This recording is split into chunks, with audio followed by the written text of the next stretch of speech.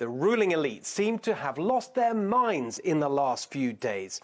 The language they're using, treason, sedition, authoritarians and autocrats. The Republican Party dies on Wednesday, the Jim Crow caucus. I'm principled, but if you disagree with me, it's because of your ambition. It is all insane, histrionic hype to try and boost their relevance. I don't know whether it's because they've been cooped up for so long with these lockdowns, whether they're just spending too much time on Twitter and their stupid cell phones. But honestly, get it together, people. This is America. We deserve serious leaders who behave seriously. Right now, the ruling elite are behaving with all the emotional maturity and political sophistication of a teenager on Instagram. Moral preening, vapid showboating, formulaic virtue signaling. They're just not serious. Policy that helps people's actual lives is too boring for them. Instead, they hyperventilate about treason and sedition. It's so much easier.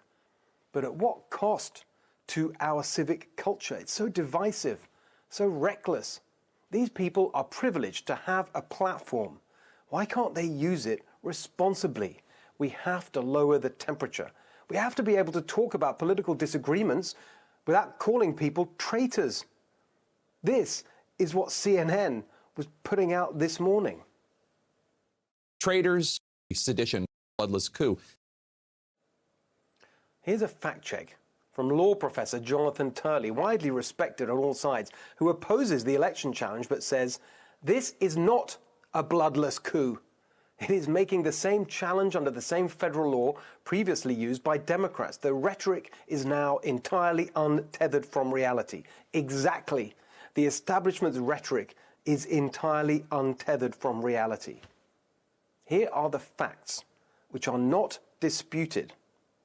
There is widespread distrust of the election. 4 out of 5 Republicans, nearly 40% of all Americans, 40%. Many millions of independents, even over 4 million Democrats. What are all these people, dumb peasants, brainwashed by Trump's lies and Fox News, as the elite so insultingly claim? Come on. They just see what's happened to our voting system.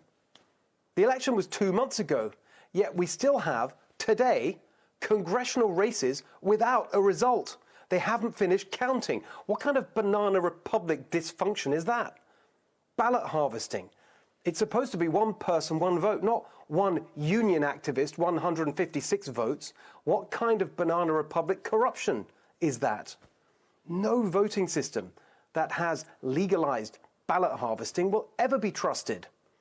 We should not allow it for any election anywhere, but instead, and now we get to the heart of the distrust, the Democrats have been pushing ballot harvesting everywhere. They use the virus as an excuse to bend the voting rules in their favor.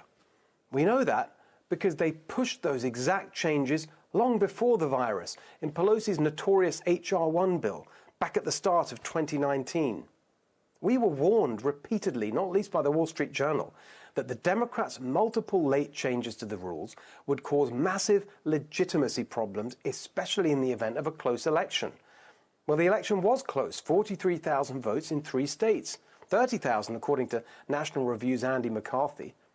In 5 of the 6 battleground states, Pennsylvania, Georgia, Wisconsin, Michigan, and Arizona, late changes to the voting system pushed by Democrats were made not by state legislatures as the Constitution specifies, but by courts, commissions, or the executive branch. These are facts. Now Democrats are angry this is all coming to a head and that it's raining on Biden's parade. Well, I'm sorry, but you reap what you sow. You're the ones who pushed ballot harvesting. You're the ones who pushed the changes to the system that were designed to help your party, that were all in Pelosi's bill long before the virus. Not Trump, not Josh Hawley, not Ted Cruz, not the Republicans. It was you, the Democrats, who did this to America. Not to mention 4 years of conspiracy theories and trying to overturn the previous election. And now, when anyone has the temerity to point all this out, they're the ones accused of undermining democracy. Right now, our country is facing 2 historic crises. One is the greatest public health emergency in a century, and the other threatens the health of our democracy. Undermine democracy? Undermining democracy. We have to stop this. It's undermining confidence in democracy. What Orwellian doublespeak. The actual undermining of democracy would be to allow all this to pass without protest. Everything that stopped 2020 being a fair election, the Democrats, partisan changes, big media and big tech, 100% working for Biden. Right now, millions of Americans are so angry about the presidential election, they couldn't care less about these Senate elections. As far as they're concerned, unless Trump is there to fight for them, it makes no difference who's in charge of the Senate anyway. They think they'd get the same result whether it's McConnell or Schumer. From Washington, the same result, whether it's Pelosi or Boehner or Biden. What is the difference? They were all a disaster for decades. Open borders, endless war, the rich get richer, workers get screwed, big business boosted, small business crushed, donors rewarded, jobs exported, communities weakened, China empowered. Don't the ruling elite understand that millions backed Trump in 2016, in 2020, and back him now? Precisely because he is a living, breathing, tweeting rebuke to all of them and their pompous, incompetent, corrupt establishment ways. Now they go on TV to dance on Trump's grave. He has really divided the Republican Party, and with just 4 weeks left in his presidency. Is President Trump losing his grip on the GOP? Is Trump losing his grip on the party? As President Trump enters his final 3 weeks in office, there are signs that he's losing his grip on the Republican Party. What arrogance! These pundits think the party is the politicians in Congress. No, the party is the people. And they're sticking with Trump because he delivered results. Jobs up, inequality down, earnings up, poverty down. Wars ended, borders defended, China confronted, wokeness resisted. And if sticking with Trump means sticking it to Mitch, they think so much the better.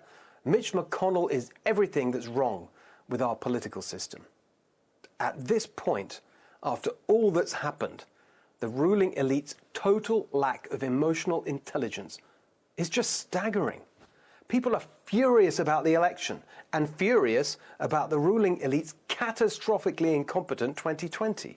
They utterly mishandled the virus, failed to protect the vulnerable, shut down the country for a disease that for most causes mild or zero symptoms, closed schools even though children are vastly less affected and barely contribute to virus spread, arrogantly assumed they could substitute government spending for the real economy, crushed small business, enriched billionaires and big business, then turned literally everything they said about the virus on its head as they encouraged mass gatherings.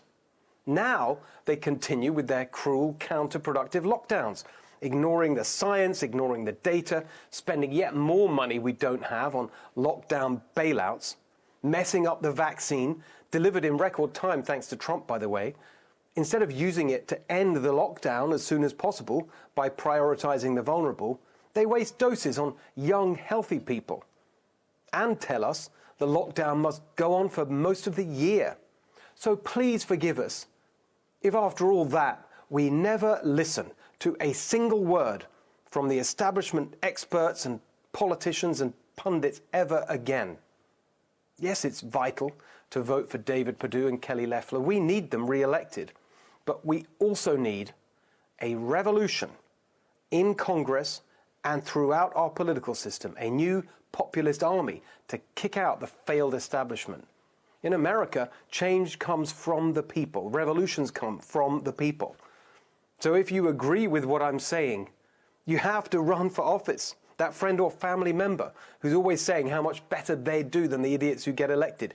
You have to tell them to run for office. This is the moment to get started, not just to retake the House in 2022, but to retake it with a conservative, populist majority. Here are some resources to help you. AmericanMajority.org has training sessions to help grassroots candidates run for office.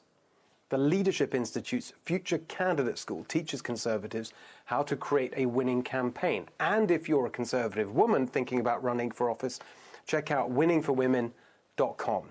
And the fantastic book written by our guest last week, Ellen Troxclair, Step Up, How to Advocate Like a Woman. So let's get it going this year. Follow us now at Steve Hilton X and at NextRevFNC and share this message Please do it on Twitter, Facebook, and especially with those that you know who can help lead this next revolution that is just getting started.